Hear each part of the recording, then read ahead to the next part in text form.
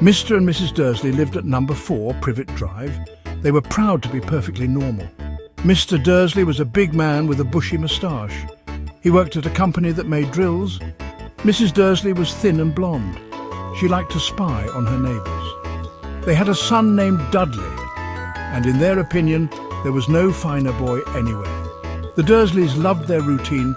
They ate the same breakfast every day. Mr. Dursley read his newspaper. Dudley threw tantrums.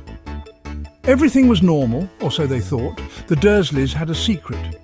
They had a nephew named Harry, but they never spoke of him. Harry was different. His parents weren't normal, and the Dursleys didn't like anything different.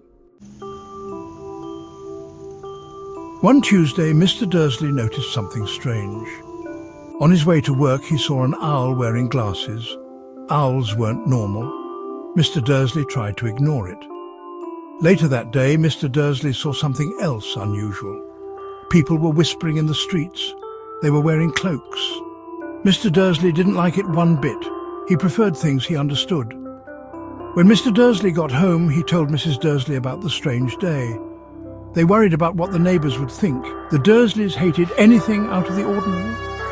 As evening came, Mr. Dursley thought he had imagined it all. He settled down to watch television. Little did he know, something extraordinary was about to happen. A giant motorcycle suddenly appeared on Privet Drive. The Dursleys were shocked. They had never seen anything like it. A giant of a man stepped off the motorcycle. This was Hagrid, and he was carrying a baby boy.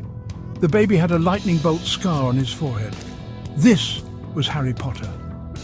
Hagrid had come to leave Harry with his aunt and uncle. The Dursleys were horrified. They didn't want Harry.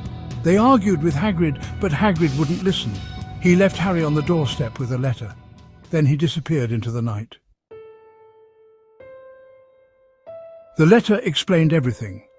It told how Harry's parents, Lily and James Potter, were a witch and wizard. It told how they died protecting Harry from a dark wizard named Voldemort. The letter also explained why Harry had a scar.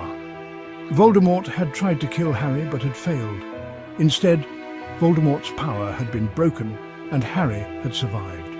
Dumbledore, a powerful wizard, decided Harry should live with the Dursleys.